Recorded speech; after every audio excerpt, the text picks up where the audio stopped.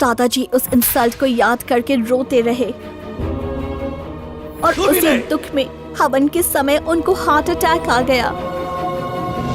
और उस दिन के बाद मुझे और रेणुका को एक कमरे के अंदर कैद रखा गया। यानी कि उस दिन दादाजी हवन के धुएं के कारण नहीं मरे, अपने दामाद के दिए हुए दुख से मरे। अरे वजह कुछ भी हो, हमको क्या करना है? चुप रहे। इतना सब होने के बाद भी रेणुका विकी से शादी क्यों कर रही है? दादाजी की अस्थियों के लिए।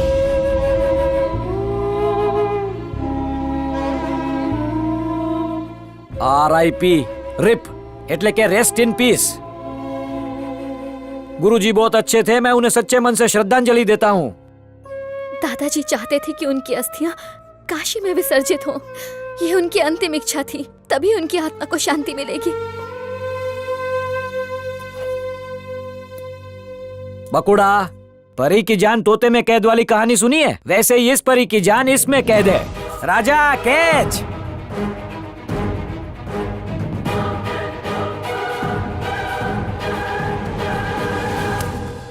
राजा, ये अस्थि फौरन विकी के पास अमेरिका भेजो, कार्गो से भेजो। ठीक है। ये सब क्या है? ये गलत है। आवाज नीचे। अगर अपने दादा की आत्मा को मुक्ति दिलाना चाहती हो तो पहले मेरी एक बात माननी होगी। यह क्या? रेणुका, हिसाब एकदम चोखा है। एक हाथ दो, एक हाथ लो। कान खोलकर सुन लो, साफ साफ कहता हूँ। समझ में आया इसके लिए गुजराती में? विकी साथे लगन कर अस्थि नी लोटी तारी। वहाँ जैसे ही फेरे होंगे यहाँ अस्थि दे देंगे, फिर सीधा काशी। मैं ये शादी नहीं करूंगी। तो ठीक है, इन अस्थियों को काशी में नहीं गटर में विसर्जित करेंगे। ये जबरदस्ती है। वादी तो अब होके रहेगी। सिर्फ और सिर्फ दादाजी की अस्थियों के लिए रेणुका विकी से शादी के लिए रेडी हुई है। अरे ये कैसी फिर होती है? अस्थि के लिए किसी की भी बस्ती बसा देगी। अस्थि को बहाने से मतलब है ना। अस्थियों को किधर भी बहा दे, क्या फर्क पड़ता है? ए, चुप रहो तुम दोनों।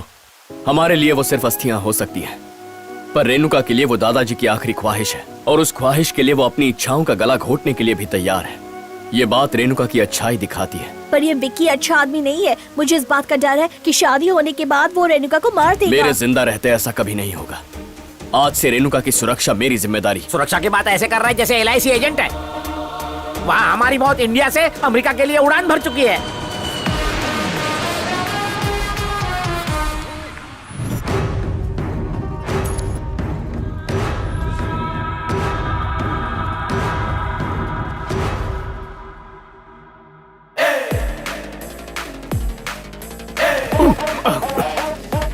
हेलो, कौन?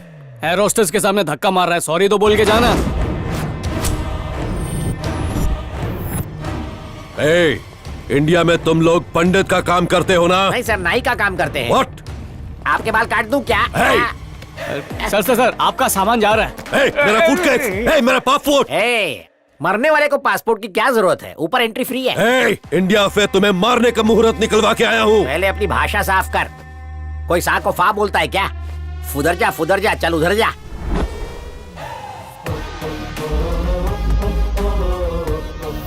केदारनाथ,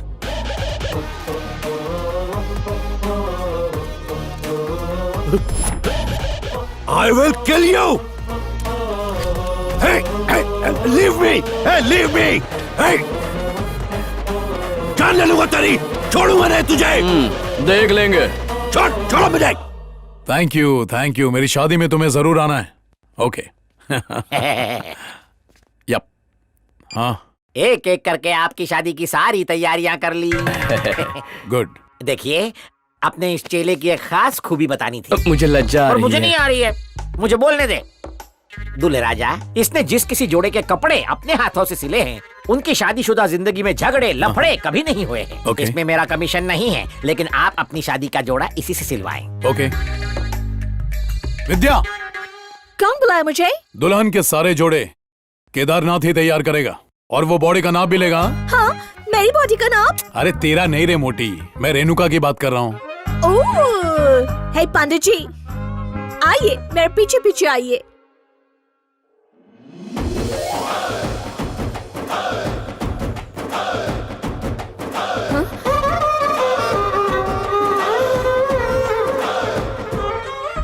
मेरे बेडरूम में क्यों आ गए?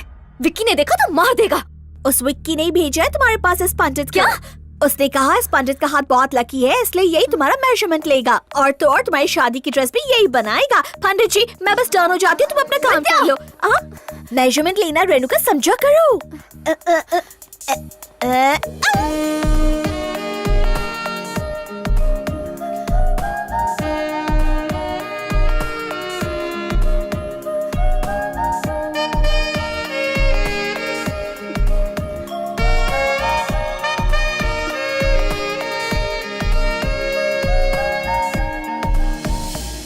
मैंने तुमसे दूर जाने को कहा और तुम हो कि मेरे करीब आते जा रहे हो। सॉरी रेणुका, तुम्हें परेशान करने का मेरा कोई इरादा नहीं है। मैं जानता हूं ये शादी तुम्हारी मर्जी के खिलाफ हो रही है। दादाजी की अस्थियों के बदले उन लोगों ने तुम पे शादी के लिए दबाव डाला है, ये भी मैं जानता हूं। चाहे तुम मुझसे प्यार करो या ना करो, तुम यहां खतरे में हो और मैं चला जाऊं, ऐसा नहीं हो सकता। चाहे जो हो जाए, मैं दादाजी की अस्थियां तुम तक पहुंचा कर ही रहूंगा।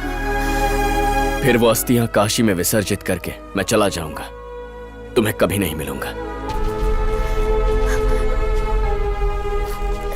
I love you.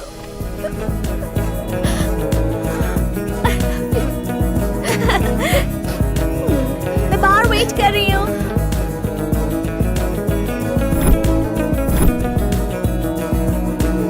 हम विकी के घर जाकर उसे पट्टी पढ़ाएंगे कि घर में अस्थियां रखना शादी के लिए अशुभ हो सकता है। ये सुनकर वो टेंशन में आ जाएगा और हमसे उपाय पूछेगा। अस्थियों के शुद्धिकरण के लिए पूजा करने की बात करेगा। वो अस्थियां हमें देने पर मजबूर हो जाएगा। हम अस्थियों को घर के बाहर सूर्य देव के सामने लाने का नाटक करेंगे और वहीं अपनी चाल चलेंगे। फिरंगियों के रंग ढंग में रंगा हुआ है, तो क्या वो भारतीय अंधविश्वास पे विश्वास करेगा? उसे विश्वास दिलाना हमारा काम है। चलो काम पे लगते हैं।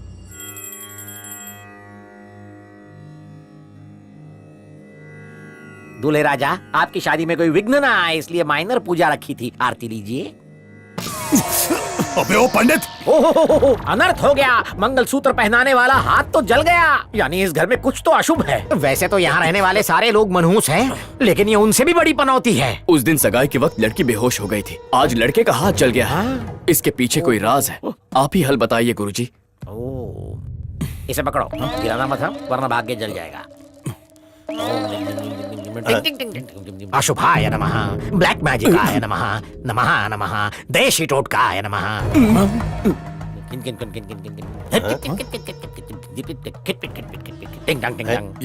ला इधर।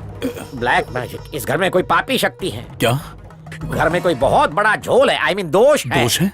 क्या मतलब? यूं तो पूरी दुनिया ही झोल है, पर आपके घर में सुपर डुपर झोल वाला दोष है। कैसा दोष, बताइए ना। दोष यानी इंग्लिश में उसे बैड लक कहते हैं। कोई ऐसी चीज जो अपवित्र है, घर में नहीं रखनी चाहिए, फिर भी रखी हुई है।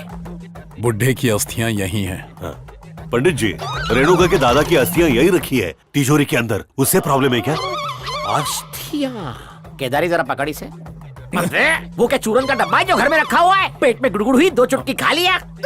अकल बेच के आए हो क्या? अस्थियां तो हैं, अनलकी कैसे हो सकती है? अरे वो कोई चाट मसाला नहीं है, अस्थियां हैं।